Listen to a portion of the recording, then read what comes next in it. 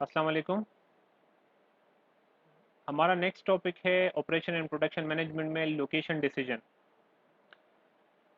हमारा last topic था वो भी लोकेशन के बारे में था।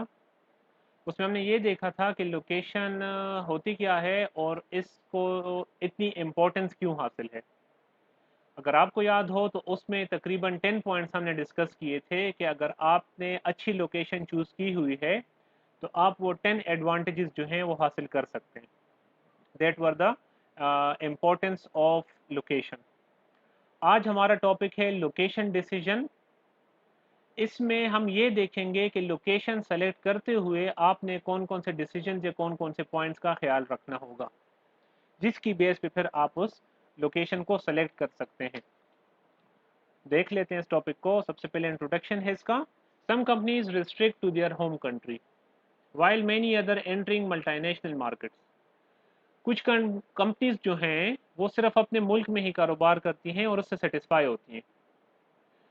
वो बड़ा या तो सोचते नहीं हैं वो लोग, या वो बड़ा कर नहीं सकते। तो कोई भी वजह हो सकती है, लेकिन वो अपने मुल्क में ही काम करके खुश होते हैं। Means they are happy. उनकी जो एक्सपेंशन है वो अपने मुल्क में ही रहती है, तो बाहर जाने की ज़रूरत ही नहीं होती। या उनका प्रोडक्ट ऐसे होता है जिसका मेन मार्केट ही उनका मुल्क होता है। तो वजह कोई भी हो सकती है, लेकिन कुछ कंपनीज जो हैं वो अपने मुल्क में काम करती हैं। कुछ जो ऐसे प्रोडक्ट्स बनाती हैं जिसकी मार्केट ज़्यादा है, तमाम दुनिया में वो यूज़ होते हैं या मुख्तलिफ ममालिक में यूज़ हो सकते हैं।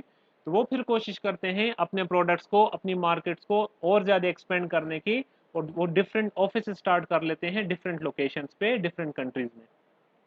So they must consider many more locations and study broader issues while selecting their location. तो जो मल्टीनेशनल कंपनीज वाले लोग होते हैं उनको ज़्यादा मेहनत करनी पड़ती है, उनको ज़्यादा फोकस करना पड़ता है अपनी लोकेशन के ऊपर, और ज़्यादा इश्यूज भी देखने पड़ते हैं। If a company wants to enter a multinational market, a site selection team will be established। ये तो अंडरस्टूड बात है। टीम बनती है जो कि उस मुल्क का विजिट करती है, वहाँ के मुख्तलिफ इलाकों का विजिट करती है, जगह देखती है कि कौन सी जगह हमारे लिए ज़्यादा फिजिबल होगी। On the basis of labour, on the basis of rent, on the basis of taxes, on the basis of raw material, on the basis of supplier, ये तमाम पॉइंट्स उसमें देखे जाते हैं और उसके बाद ही फिर जगह सेलेक्ट की जाती है। This team identify all the essential factors, ये फैक्टर्स मैंने आपको बता दिए अभी, needed in a site as well as other desirable characteristics. These teams can work with a real estate department and evaluate the sites। Real estate department अगर company का अपना है तो ठीक है, नहीं तो बाहर जाके फिर वो मुख्तलिफ रियल एस्टेट डिपार्टमेंट्स तो नहीं, लेकिन जितने वो क्या कहते हैं उसको, प्रॉपर्टी डीलर्स वगैरह होते हैं, उनके साथ मिलकर वो जगह ढूंढने की कोशिश करते हैं और अच्छी से अच्छी जगह की तलाश करते हैं। फाइनल सिलेक्शन में involve determining which sites are more desirable, which sites has more desirable factors as well as meeting other social and potential criteria। सब कुछ देखने के बाद ये टीम जो है ये फैसला करती है कि कौन सी साइट हमारे लिए ज़्यादा डिज़ायरेबल है, किस साइट्स में सबसे ज़्यादा पॉइंट्स जो कि हम देख रहे थे वो अवेलेबल हैं। उसके बाद उस जगह का सिलेक्शन कर दिया जाता है।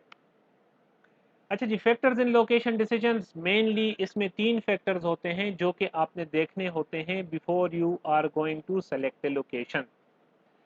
वो कौन कौन से हैं जी? Location decision often involve a broad number of factors that can influence revenue, cost or both, and consequently profit।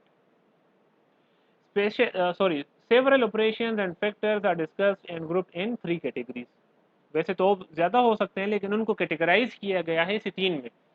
तो जितने भी आपके पॉइंट्स हैं, कैरेक्टरिस्टिक्स हैं, फैक्टर्स हैं, वो इस 3 में आए जाते हैं इन वन वे और अनदर। आपके लिए जो डिसीजन होता है लोकेशन का बहुत इंपॉर्टेंट होता है, और उसमें काफ़ी सारे पॉइंट्स इन्वॉल्व होते हैं। आपके रेवेन्यू किस तरह, आप कितना आप जनरेट करेंगे, ये भी आपकी लोकेशन ही डिसाइड करती है। और आपकी कॉस्ट कितनी आएगी, प्रोडक्शन कॉस्ट, ये भी आपकी लोकेशन ही डिसाइड करती है।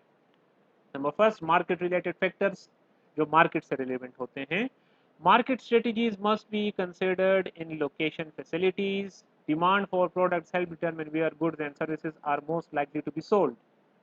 आपने प्रोडक्ट तो बना लिया है, आपने अभी ये डिसाइड करना होगा कि आपका जो टारगेट है वो कौन सी मार्केट है। उसमें आप मुख्तलिफ तरीक़ों से पहुँचने की कोशिश कर सकते हैं। या तो वहाँ पे आप डिस्ट्रीब्यूटर्स या होलसेलर्स को टारगेट करें, या अपनी कोई आउटलेट या फ्रेंचाइज वहाँ पे खोल दें और इस जगह को टारगेट करने की कोशिश कर लें। लेकिन ये पहले फाइंड आउट कर लें कि मेरी गुड्स एंड सर्विसेज कहाँ पे सोल्ड आउट होंगी। Location of the competitors will also affect the desirability of the location. अगर आप देख रहे हैं कि जो काम आप कर रहे हैं, जिस प्रोडक्ट का आप काम कर रहे हैं, मार्केट ऑलरेडी बहुत ज़्यादा सेचुरेटेड हो चुकी है, मार्केट फिल हो चुकी है उस प्रोडक्ट से, तो फिर वहीं पे कारोबार शुरू करना it can be riskier for you. क्यों? क्योंकि जो कस्टमर्स होते हैं वो अपने पुराने लोगों के पास जाना ज़्यादा पसंद करते हैं, क्योंकि उनके साथ उनकी अंडरस्टैंडिंग होती है और कभी कभार क्रेडिट पे भी चीज़ मिल जाती है। आप बिल्कुल न्यू एक पर्सन आए हैं, मार्केट में बैठ गए हैं, मार्केट ऑलरेडी ऑलरेडी सेचुरेटेड है। प्रॉब्लम क्या क्रिएट होगी इससे कि आपकी और आपके कंपेटिटर्स की प्राइसेस तकरीबन सेम है। मिसाल के तौर पे परफेक्ट कंपटीशन है मार्केट में, होलसेल में यही होता है तकरीबन। आपने जो प्रोडक्ट है उसकी प्राइसेस बाकी आपके कंपेटिटर्स के साथ तो सेम है, तो फिर लोग आपसे क्यों वो चीज़ खरीदे, जबकि उनके अपने जो पुराने सप्लायर्स हैं उनके पास भी यही प्रोडक्ट अवेलेबल है, इसी प्राइस में अवेलेबल है, और हो सकता है क्रेडिट पे भी अवेलेबल हो, तो वो लोग आपके पास नहीं आते। तो मार्केट जब आप देखते हैं, market related factors location selection के लिए, तो एक ये पॉइंट भी देखें कि जहाँ पे आप बिजनेस स्टार्ट करना चाहते हैं वो मार्केट सेचुरेटेड तो नहीं है कम्प्लीटली, उसके बाद डिसीजन लें। द कन्वीनियंस और inconvenience of A location also affects the number of potential customers. अगर आपकी लोकेशन ऐसी है जहाँ पे कस्टमर आपको इजीली एक्सेस नहीं कर सकता, तो ये भी आपके कारोबार को बहुत नेगेटिवली इफेक्ट कर सकती है। ठीक है, तो इस तरह जगह हो। अब कालिक चौक देख लें, बैंक रोड देख लें, दोसेरा चौक देख लें, मर्दान की मैं बात कर रहा हूँ, तो ये वो जगह है जहाँ पे आपको हर टाइम जो ट्रांसपोर्टेशन की फैसिलिटी है वो एनी टाइम आपको मिल जाएगी, और बहुत कम पैसे दे के 10 से 20 रुपए दे के आप उस जगह को एक्सेस कर सकते हैं। इसलिए अब अच्छा, आजकल जो है वो शेख मलतून टाउन तक ले लें तो वो जितना भी रोड है, जो नशरा रोड है हमारा, वो भी बहुत एक्सेसिबल हो गया है। काली चौक में जाएं, आपको इजीली ट्रांसपोर्ट अवेलेबल होगी, इवन रात के 10 से 11 बजे तक भी। तो ये एरियाज भी अभी पहले नहीं थे, लेकिन अभी 2-3 साल हो गए हैं या 5 साल शायद हो गए हैं, ये एरियाज भी एक्सेसिबल हो गए हैं। तो आपने एरिया कस्टमर के लिहाज से, कंपेटिटर के लिहाज से, अपनी कॉस्ट के लिहाज से, इन तमाम की बेस पे आपने लोकेशन डिसीजन लेना होगा। अच्छा जी, दूसरा जो हमारा फैक्टर है important, that is the tangible factors. Tangible factors में आपकी मुख्तलिफ चीज़ें आ सकती हैं, जिस तरह आपके ट्रांसपोर्टेशन हो गया, कि आपको ट्रांसपोर्टेशन ईजीली अवेलेबल है कि नहीं। अच्छा, कुछ काफ़ी दफ़ा मैंने ऐसे भी देखा है, जब मैं कोई रिक्शा या कोई टैक्सी रोकता हूँ और उनको कहता हूँ कि फ़लाँ जगह जाना है, तो अगर वो बहुत ज़्यादा कंजस्टेड एरिया है तो वो मुझे ज़्यादा प्राइस बताते हैं, ज़्यादा फ्रेट बताते हैं। वजह क्या है? वहाँ पे ज़्यादा रश होता है। या अगर ऐसी जगह बताता हूँ कि जहाँ पे वो चला तो जाएगा मुझे, लेकिन उसको वापस आने में उसको सवारी नहीं मिलेगी, तो फिर वो भी उस सिचुएशन में भी पैसा ज़्यादा बताता है। तो ट्रांसपोर्टेशन एक अहम फैक्टर है। ऐसी जगह पे आपकी लोकेशन हो जहाँ पे transportation means fluently frequently move करती रहे, ताकि आपको एक्स्ट्रा कॉस्ट बर्दाश्त ना करनी पड़े ट्रांसपोर्टेशन की। रॉ मटेरियल, वहाँ पे जगह लें जहाँ पे आपका रॉ मटेरियल इजीली अवेलेबल हो। पीटीसी की बात करते हैं, पाकिस्तान टोबैको कंपनी की, तो वो है अकोड़ा खटक में, लेकिन उन्होंने अपनी एक छोटी ब्रांच खोली हुई है सवाबी साइड पे, क्योंकि सवाबी में तंबाकू का प्रोडक्शन ज़्यादा है। तो तंबाकू की प्रोडक्शन करते हैं, तो अगर किसान जो है वो फिर उसके लिए गाड़ी का इंतज़ाम करेगा और उसको अकोड़ा खटक लेके जाएगा, so it is going to cost both of them. तो आसान ये है कि पीटीसी ने सवाबी में ब्रांच खोल ली है, तो जो जितने भी किसान हैं वो वहीं पे प्रोडक्ट्स प्रोवाइड कर लेते हैं, और फिर बाकी का सारा जो इंतज़ाम है वो फिर पीटीसी और कंपनी वाली ही करते हैं। तो आसानी हो गई है इससे। तो रॉ मटेरियल जहाँ पे इजीली अवेलेबल हो आप वहीं पे करें।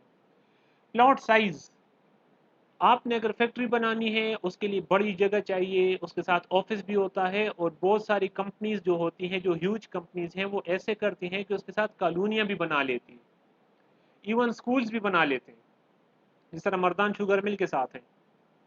ठीक है, तो ये इसलिए बना, या केटीसी के साथ है, खैबर टोबैको कंपनी के साथ, तो ये इसलिए बनाते हैं ताकि लेबर को फैसिलिटी हो। तो उसके लिए आपको बड़ा साइज़ चाहिए प्लाट का, तो प्लाट का बड़ा साइज़ अगर आपने अच्छी कीमत में लेना है तो उसके लिए भी आपने शेयर से थोड़ा बाहर देखना होगा। लेबर, इस तरह जगह ढूंढनी है जहाँ पे एक्सपर्ट लेबर अवेलेबल हो, अदरवाइज फिर प्रॉब्लम क्या क्रिएट होगी, आप दूसरी जगह से दूसरे शहरों से लेबर लाएंगे, वो लेबर आपको महंगा पड़ेगा। एक तो आप उनको तनख्वाहें देंगे, दूसरा आप उनको रिहाइश देंगे, फिर उनका खाने पीने का खर्चा, उनकी फैमिली का खर्चा, वो सब भी आपने बर्दाश्त करना होगा, तो फिर आपको लेबर बहुत ज़्यादा महंगा पड़ जाएगा। तो इस तरह जगह ढूंढें जहाँ पे लेबर करीब हो, या एटलीस्ट उनको चलो कॉलोनी बना के दे दे, लेकिन एक्स्ट्रा बर्डन तो आपके ऊपर नहीं है कि दूसरे सिटी या दूसरी कंट्री से बंदे लाए और फिर यहाँ पे उनको हायर करके उनसे काम लें, तो वो बहुत ज़्यादा महंगे पड़ते हैं आपको, तो आपकी कॉस्ट ऑफ प्रोडक्शन फिर ज़्यादा होगी। अच्छा जी, पॉपुलेशन साइज कोशिश करें ऐसी जगह सेलेक्ट करें जहाँ पे पॉपुलेशन ज़्यादा हो।